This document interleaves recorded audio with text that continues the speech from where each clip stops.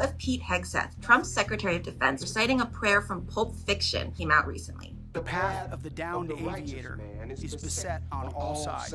People were quick to jump on how bizarre the whole situation was. But I also think this points to something it's important to understand, and that's how militant Christian beliefs are shaping one of the most powerful men in the US. Take its location, for example. This was one of the official worship services that Hegseth has been holding each month in the Pentagon, in defiance of the normal separation of church and state, and also its aggressive tone, which for me displays Hegseth's distinct combination of religious piety and bloodlust. His rhetoric has only escalated with the war in Iran. That's what rats do. Which he has framed as a divine crusade, with some pretty famous backlash. So what exactly does Hegseth believe in? Well, he's part of an obscure wing of evangelical Calvinism, teaching that everything that happens is part of God's will, from the election of Donald Trump to the path of a Tomahawk missile. His denomination wants to establish global Christendom, governed by biblical law, or at least their interpretation of it. It's a pretty authoritarian position Hegseth was recorded on a podcast agreeing with in 2024. And it's a belief system he wears on his sleeve, literally. He has two Crusader-themed tattoos, one Jerusalem cross and another with the phrase Deus Vult, or God wills it. It's supposedly the chant used by European crusaders trying to reconquer the Holy Land, but the phrase also appeared at the January 6th storming of the Capitol. The tattoos are actually the reason Hegseth left military service in 2021, due to their associations with white supremacist and extremist groups, something that Hegseth has denied. Hegseth's beliefs have been shaped by this man, Pastor Doug Wilson, whose views are extreme even for the Christian right. Wilson is the founder of the small church denomination Hegseth is part of, and Hegseth actually invited him to preach at the Pentagon. Now, Wilson is openly Christian nationalist. All the nations of men are to be brought into submission to Christ. Meaning he wants the government to be subordinate to the church. He promotes